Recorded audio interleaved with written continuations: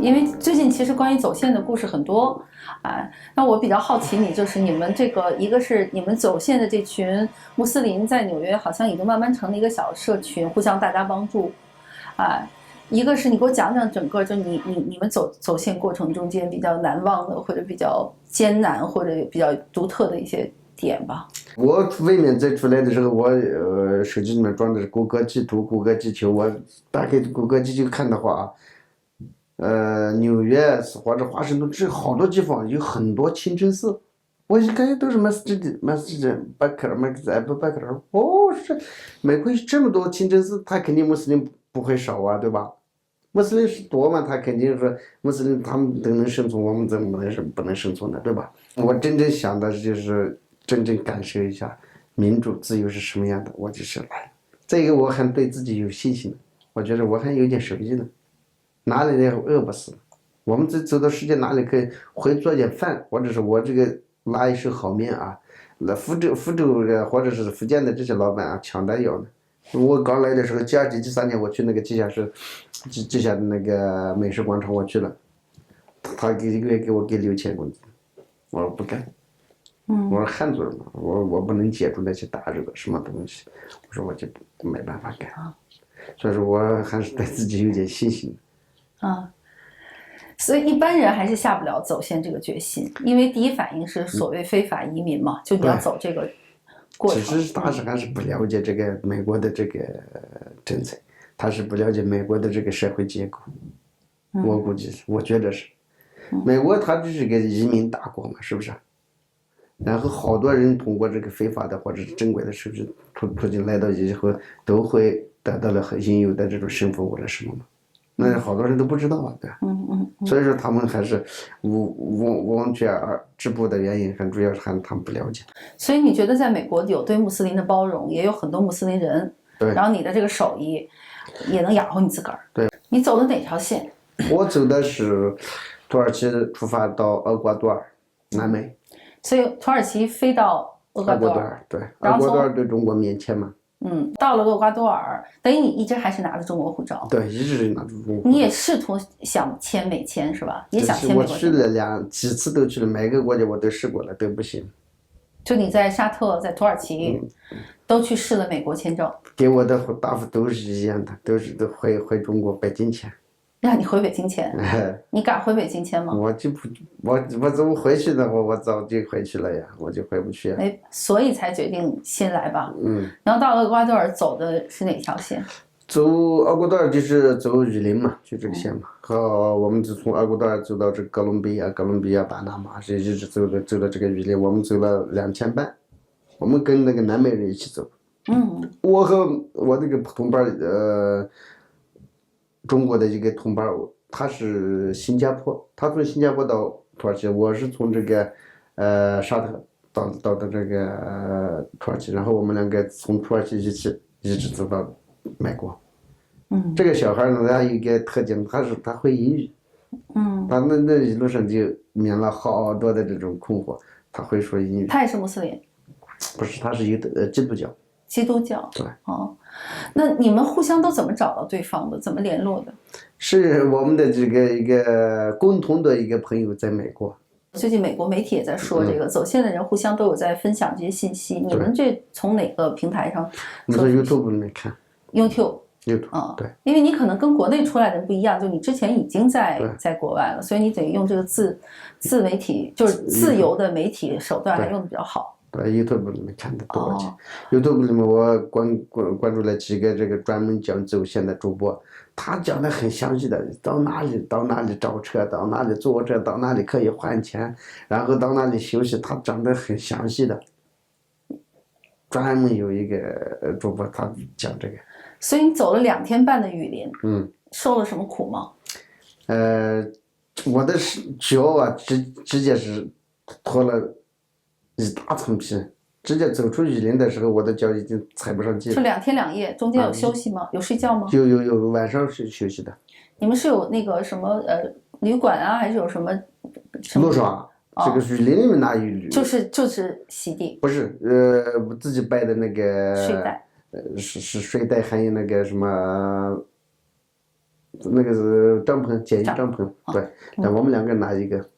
你们2个得合用了一个帐篷，对，走了2天半的雨林。对，走到这个雨林走出来以后，记忆难民营进去以后，他有个简单的一个登记，那里去的话，我就已经动不了了，几乎就脚全部是都是烂的，脚底下是一直在水里面，长期在水里面泡了2000多嘛，一直多一半我们走的都是河床里面走，有河床里面，如果说是走不了的话，有些就是有石坎啊，或者有深源的水的话，我们走不了，就是悬崖峭壁，可以这么说，跟这个差不多的这个稍微一点点坡度的那种地方里面，他拴着绳子，一个脚刚能踩进去半截的那种，抓着绳子天这个，哎呦，那个是惊险的不得了。哎呦，走了多少公里？哎呀。大概就个110公里路，但是环境很差，很差。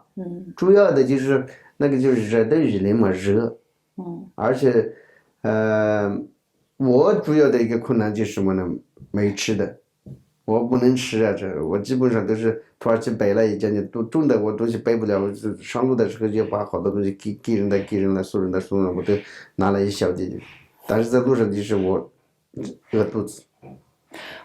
因为你是严格遵守这个清真的这些，对，我这好多东西不能吃啊，就是油也不能要，就是不是你的那个植物油也不行，是吧？植物油可以，但是你这个一路上没有穆斯林国家，也没有穆斯林这居住的地方，也很难找到这个吃的，就找不到清真饭。只有我在那个什么哥伦比亚还是哪里，哥伦比亚的那个梅德林，它有一个清真馆。那里我吃了一顿，但是呢，那个时候那里还没进入雨林啊，还没进入雨林的时候。进入雨林就都是背着的，最简单的。我就背了件什么，土耳其买了件牛肉干，买了件那个土耳其做的那个这叫香肠然后买了2包奶粉，我就背起来了。那个奶粉还是救了我的命了，基本上。困得不行，我就这个用山泉水把奶粉化一下喝了，很大的劲。什么时候到的美国？我是10月6号。10月6号。对，是去年10月6号进入美国的。也就5个月。对。刚好5个月。你到了这儿以后，你发现有什么变化？就跟你当地的社区融入是个问题吗？不是问题，我觉得这个法拉盛就跟中国一样的，给我的感觉都是华人，说话没什么困难。然后我们去办银行卡呀，或者办这个医疗的白卡，什么都是中国人，没任何的这个困难。然后我去考驾照也是中国人。你也考了驾照了？驾照我也考，我也有啊。啥的我觉得是跟中国一样的，但是可能心情好嘛，什么原因？我觉得美国进入这个。美国的这些环境这些房屋建设，我觉得都是很舒服的看的。就是心情好，来了以后没觉得困难。没有。你到了美国，到了第一站到了哪儿？和墨西哥接壤的那个叫什么圣地亚哥。OK。圣地亚哥。然后就从圣地亚哥坐飞机飞到纽约。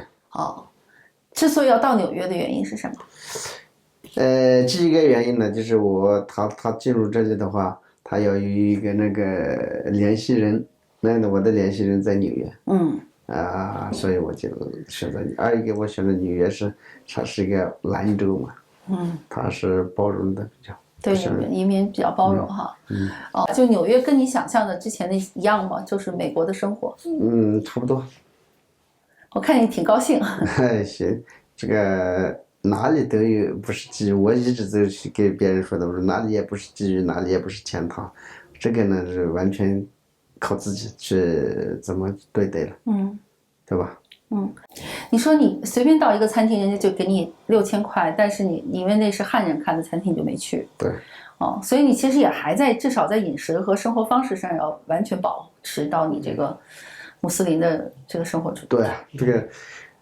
说到这个穆斯林的生活方式呢，他这个伊斯兰教它不是仅仅的一个宗教，它是一整套完善的生活体系。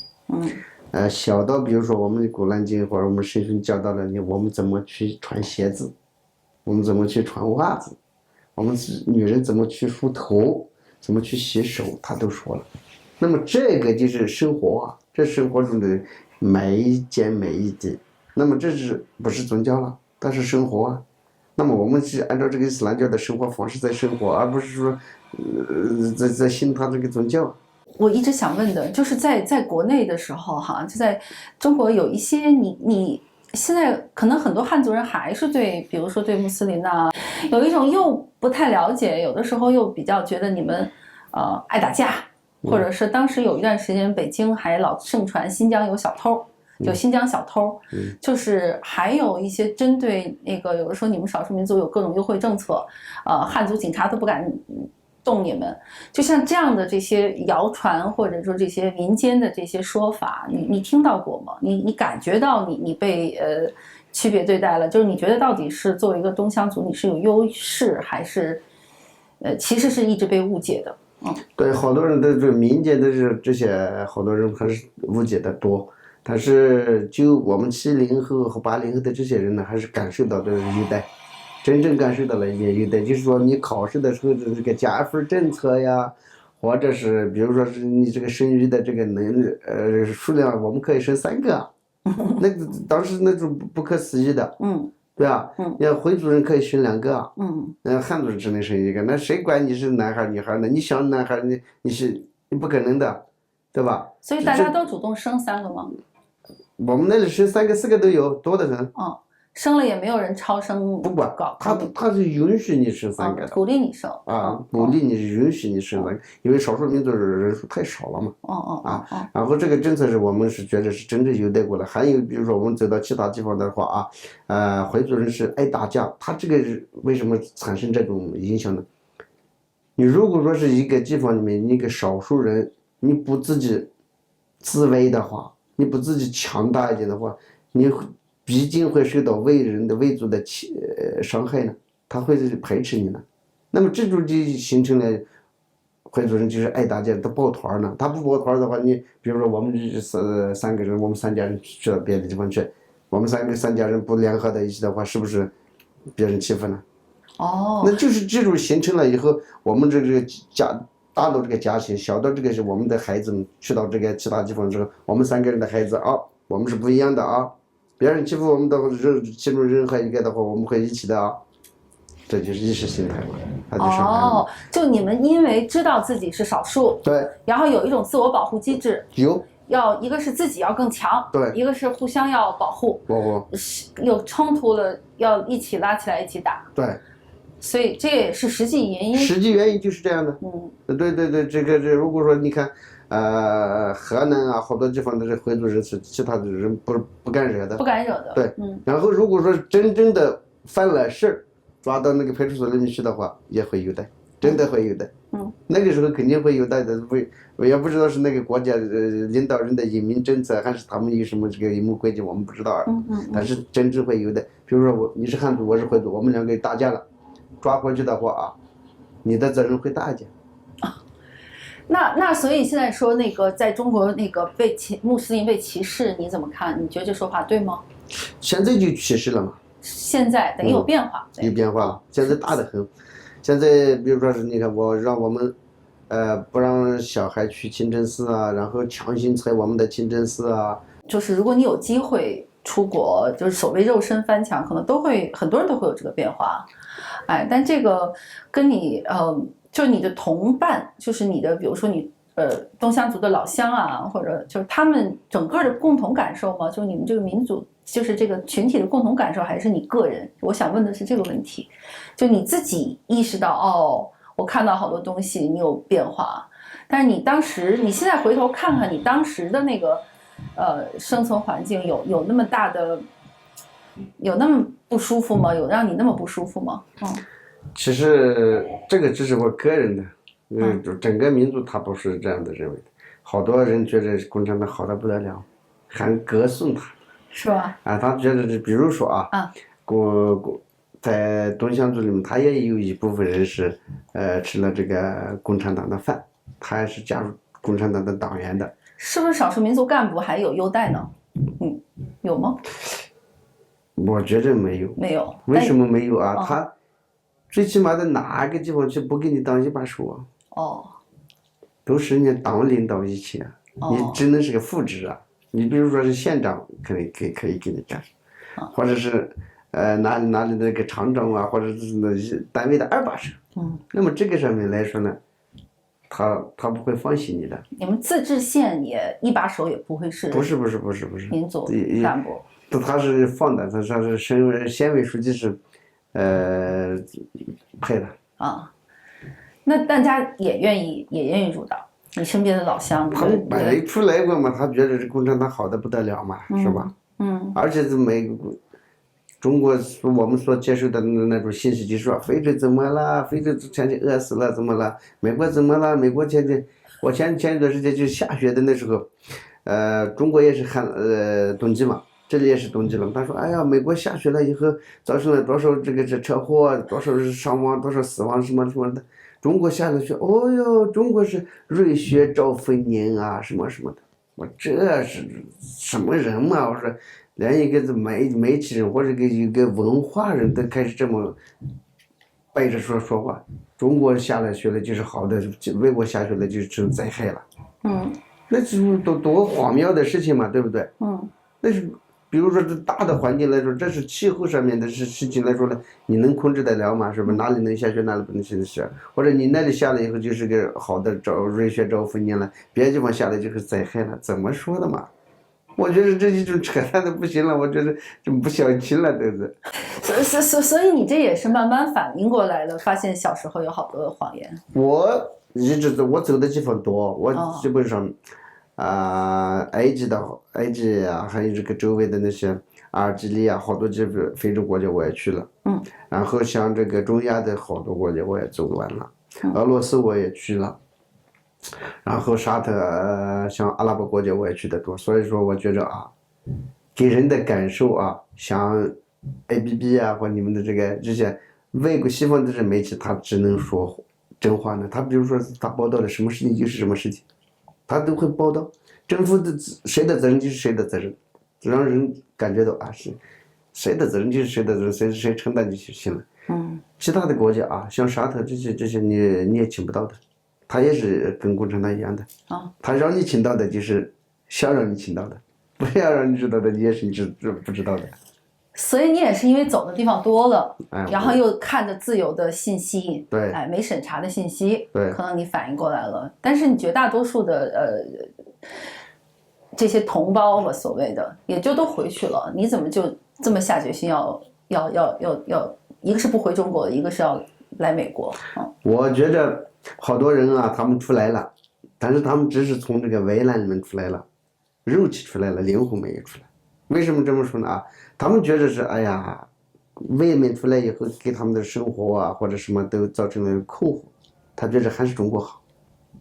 好多人前两天跟我说什么，你们美国用的是现金啊，还是用的是这个微信支付？我说我们微信支付没有，我说我们是可以刷卡，可以我说手机绑在卡里面随便付的。多半用现金。他说，哎，那他跟我说，那和美国还不如我们中国呢，说我们都是拿一部手机是微信或者支付宝一扫就卡就过了。我说，微信支付宝这个微信支付或者这个手机支付这是谁发明的，你知道吗？人家发明的这个人们为什么不用呢？我说明这个问题，所以说好多人还正在这共产党这个谎言里面还乐乐自道呢，觉得说啊幸福的不得了呢，觉得是祖国强大的，还没人敢欺负的这种。所以你也不想回去了？我觉得这是一个原因。二一方面呢，我们彻底的醒悟了。我们伊斯兰教呢，也是从1400年以前，我们的穆罕默德说拉斯呢，他在世的时候最后的一次4场演讲的时候，他说明了一个民主、自由、公平、公正的一个演讲。那个时候他说明了什么呢？他说阿拉伯人不比非阿拉伯人优越，黑人不比白人优越。伊斯兰教是世界的，不是我一个人的，也不是哪一个阿拉伯民族的，也不是哪一个黑人或者白人的。所以说在那个时候他把这个自由和民主说得很透彻了。那么我们也真正没有感受到这个自由。我们没有感受到这个自由呢，我想真正的体验一下自由和民主是什么样的。请说美国是自由民主的灯塔，那么我们就奔向它。